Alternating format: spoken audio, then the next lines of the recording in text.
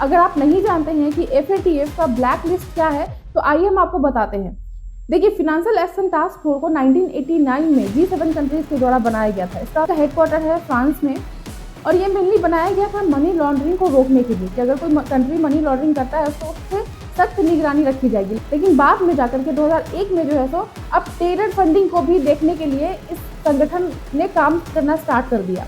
जैसे कि अगर कोई कंट्री टेरर फंडिंग करता है, आतंकवादी को सपोर्ट करता है या फिर मनी लॉन्ड्रिंग करता है या फिर कोई कंट्री न्यूक्लियर वेपन्स के लिए काम कर रहा है, तो इन सारी चीज़ों को जो है तो FATF देखता है, कड़ी निगरानी रखता है। अगर इस तरीके की गतिविधियां होती है तो FATF उस कंट्री को जो है तो वार्निंग देता है कि तुम ऐसा मत करो, अगर ऐसा करोगे तो तुमको हम FATF के ग्रे लिस्ट या फिर ब्लैक लिस्ट में शामिल कर देंगे। ग्रे लिस्ट में शामिल करने का मतलब ये है कि उसकी अगर कोई कंट्री जो है सो ग्रे लिस्ट में शामिल हो गया तो उस कंट्री को किसी कंट्री से लोन लेना या फिर किसी ऑर्गेनाइजेशन से लोन लेना बहुत भारी पड़ जाता है।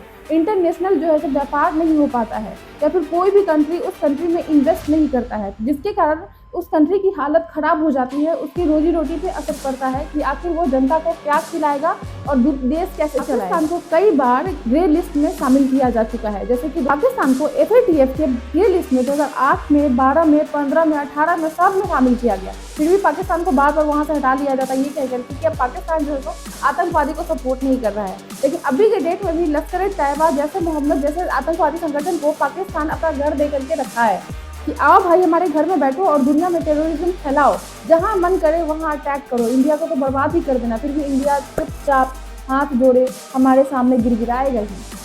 लेकिन इंडिया एक उभरती हुई इकोनॉमी जो पाकिस्तान के टुकड़े कर सकता है, लेकिन फिर भी कुछ नहीं कर पा रहा है और वहाँ के जो वासी हैं वो अभी भी मर रहे हैं, बेकसूर लोग मर रहे हैं, बेकसूर लोग उस टेररिस्ट के हाथों मर रहे हैं। अब हम बात करते हैं कि FATF का ब्लैक लिस्ट क्या है। अगर पाकिस्तान को उसकी औकात याद दिलाने के लिए अगर ब्लैक लिस्ट में शामिल कर दिया गया ना, तो वहाँ के लोग जो है सब भूख प्यास से तड़प के मर जाएंगे, लेकिन पाकिस्तान का कोई भी कंट्री उसको हेल्प नहीं करेगा। अगर कंट्री FATF के ब्लैक लिस्ट में शामिल हो जाता है तो उसके बाद उसको कहीं से भी कोई लोन नहीं मिलती है, इंटरनेशनल व्यापार मतलब ठप हो जाता है, उसको कोई कंट्री हेल्प नहीं करेगा, चाहे वो मर भी जाए फिर भी उसको कोई कंट्री हेल्प नहीं करेगा।